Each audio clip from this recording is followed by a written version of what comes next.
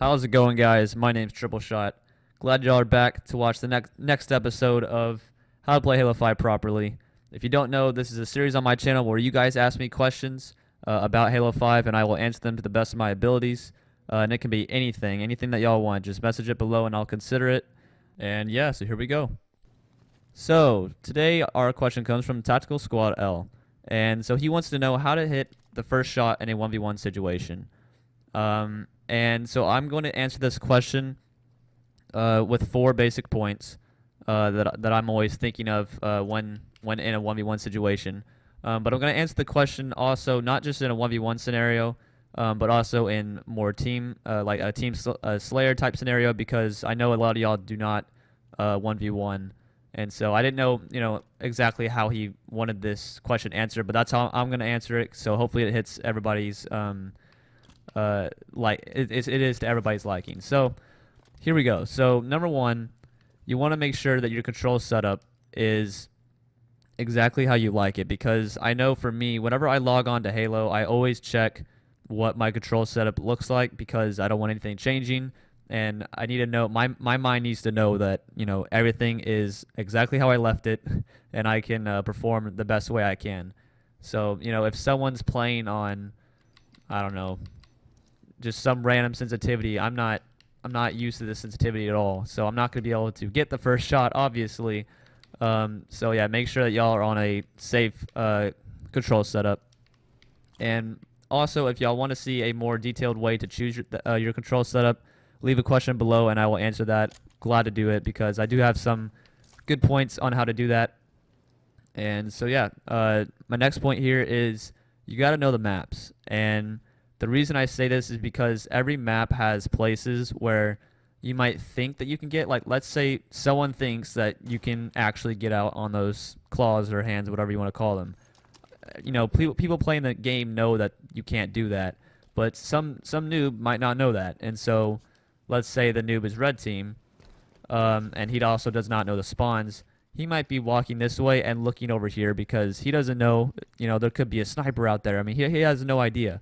So if you know the maps, then look this way, because the enemy team spawns over there.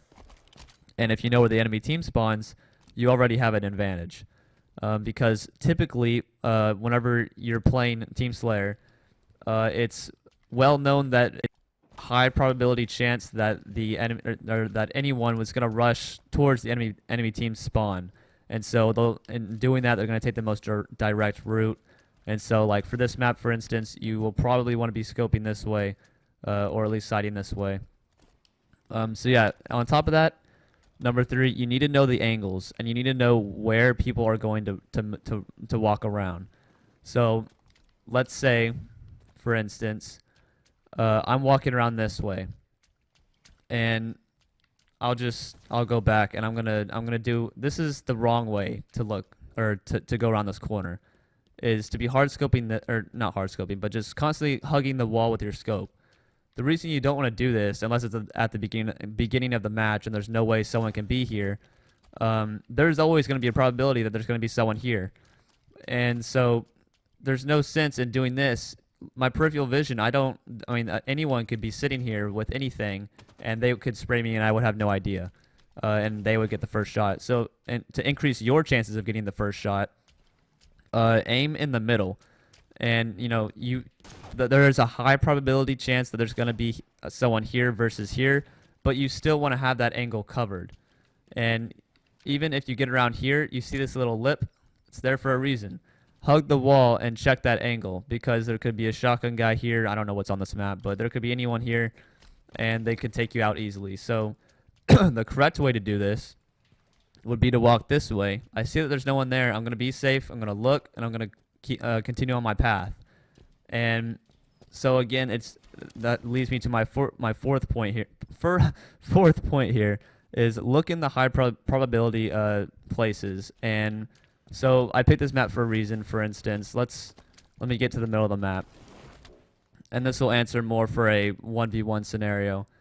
Let's say you don't know what the teams are, you don't know where anyone is, and you're scoping this way. There's no reason for you or for you to be scoping in one direction rather than the other, because again, you have no idea where your opponent is. And so let's just split this down the middle. And let's pretend, these are walls or whatever. So these are the only two paths. Well, my dog decided to start barking for no apparent reason. So back to what I was saying. Split this in half and call this 50% and call this 50%. That's the chance that there's going to be a guy coming this direction. So if that's 50 and that's 50, if you can do math, you should be aiming straight in the center.